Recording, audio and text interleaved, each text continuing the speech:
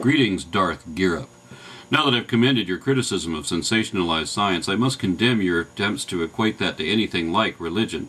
When you accuse scientists of falsifying fossils as part of your global conspiracy of propaganda, your argument was itself propaganda, as you explained in your own words. Okay, now get a load of this. I want you to be aware of neuro-linguistic programming here. So when you look at this picture, and this picture does not look like a human foot in any way. Okay, this is so different from a human foot.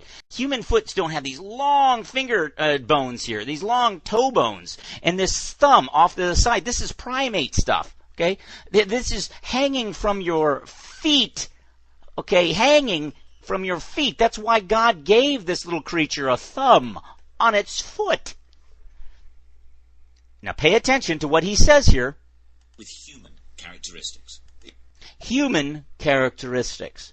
So in other words, you look at something that is totally opposite of human, but then they tell you it has human characteristics and you're supposed to buy it. That's called neuro-linguistic programming. Are you seriously suggesting that fingernails are not a human characteristic? Are they? Yes or no? Do you know any humans who have fingers but never had any fingernails? That's what paleontologists mean when they talk about the shape or the length or the position or the proportion of certain bones or organs that may be characteristic of humans but may not be typical traits of other animals, like lemurs. And human feet do have those long toe bones, by the way. You said that its distinct first toe wasn't human-like because it was primate stuff. Well, of course it is. Humans are primates. The reason your first toe is called your big toe, the reason it's thicker than all your other toes, is the same reason your thumb is thicker than your other fingers. Your big toe used to be a thumb on its foot. Human feet also have, among other things, a talus bone, such as lemurs do not have, but Ida does have. Now let's compare Ida's foot and a human foot to the feet of some other vertebrates.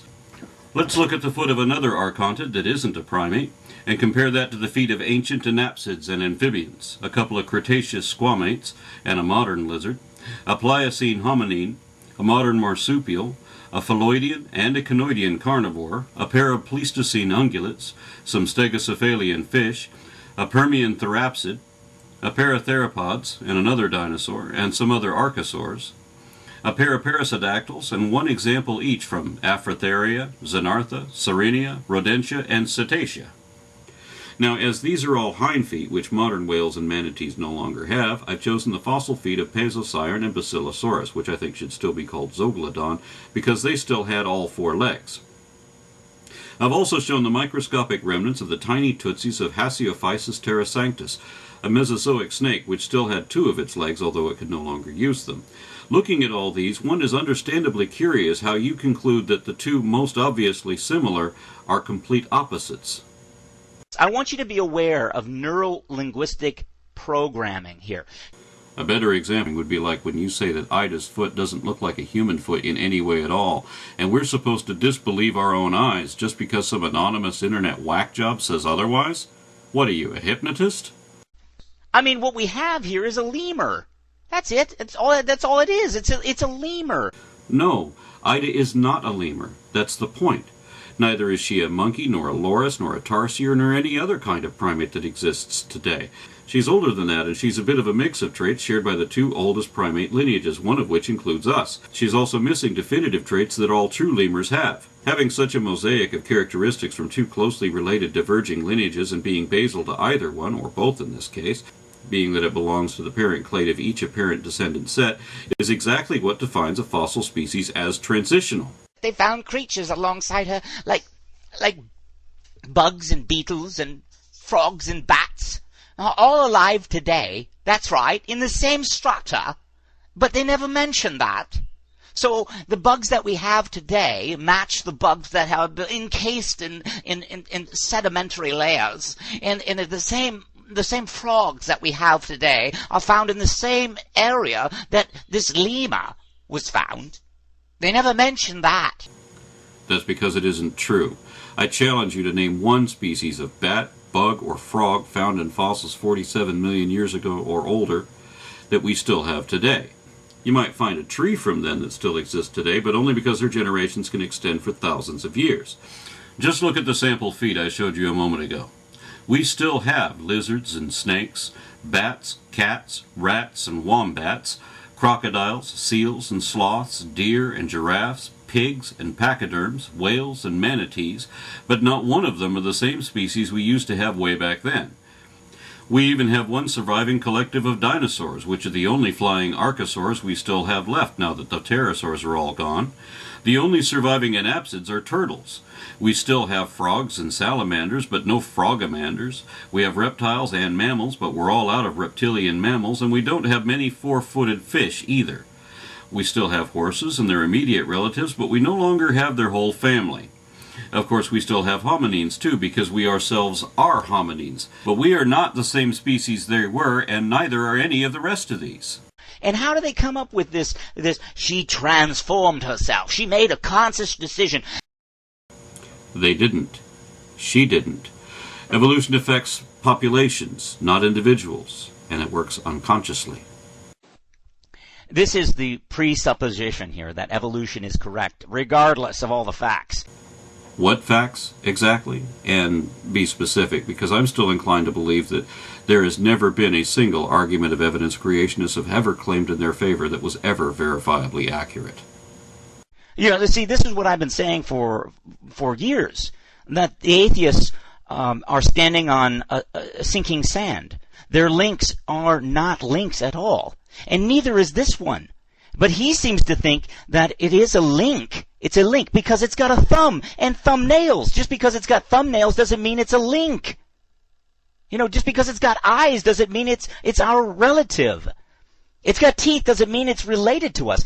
You go in to look for transitional creatures, and if you look hard enough, you'll find a transitional creature because you spin it to be a transitional creature. Just because it has thumbs like ours doesn't mean it's related to us. Now this prompts me to ask a serious question. Assuming you're not totally blinded by the empty assertions of faith and are thus able to think rationally and even objectively enough to consider the possibility that evolution might actually be true, and you would want to investigate it to see how accurate the theory is and to see whether it has sufficient evidentiary support. If evolution is true, then there must be several transitional species out there representing at least the major lineages, and you would want to verify whether or not they exist. How do you do that? Because despite the fact that all the greatest minds with special expertise in this area have identified Ida and hundreds of other species as being definitely transitional, all it took for you was a single glance at a WMV on YouTube to determine that she wasn't, and you somehow dismissed all the other transitional similar fashion without even knowing what those other animals are. How do you make that determination? Because I agree that the presuppositions that you mentioned before are wholly dishonest. I mean, it means jumping to your own preferred conclusions at the onset without any information to base it on, and then refusing to reconsider them when they turn out to be wrong. How dishonest is that? That's why science doesn't use presuppositions. We make predictions instead, and then we test them to make sure we're on the right track. So, make a prediction. Take any two lineages that science considers related reasonably closely and give us some idea what sort of relationship we're looking for. Is it species A and doing a transitional link to species B, or is it two lineages branching off of one and we should be seeking that one? Something along those lines. Give us an idea what criteria you would accept as a transitional species in either of those cases, and make a falsifiable prediction that you would accept. If we found that, yes, this would be a transitional. What are your criteria? It would also be a good idea if you would let us know something that would falsify evolution, something that if we found this particular example or a creature with these kinds of traits, that it would actually go against evolution, because it's more important to discover what is really true than whatever we would prefer to believe. Isn't that right? And then bring in the experts. Okay, right after the big lie, you bring in the expert. Of course, there's no chance that the real liar might be the apologist bound by his own admitted presuppositions and biases and whose education is limited only to what he objects to on television. Right? You know, it's no sin having some idea what you're talking about when you pretend to criticize something. But I think your religion does consider it a sin to falsely accuse others. A lie isn't simply something that you don't want to agree with. A lie is a false statement presented as true, or a truth misrepresented to appear false with a deliberate attempt to deceive. Now, That describes almost the entirety of creationist apologetics, but I don't see how that relates to anything any of the scientists actually said in the video you were just critiquing. So to the other challenges I've already laid on, add this. Find any statement the scientists actually made, quoted verbatim, that you think is a lie. Show how the statement is wrong, and more importantly, show how the scientist who said it knew it was wrong before he said it. See, I wouldn't accuse anyone of lying before I could do at least that, but then I was raised by the sort of people who believe men should have a code of honor.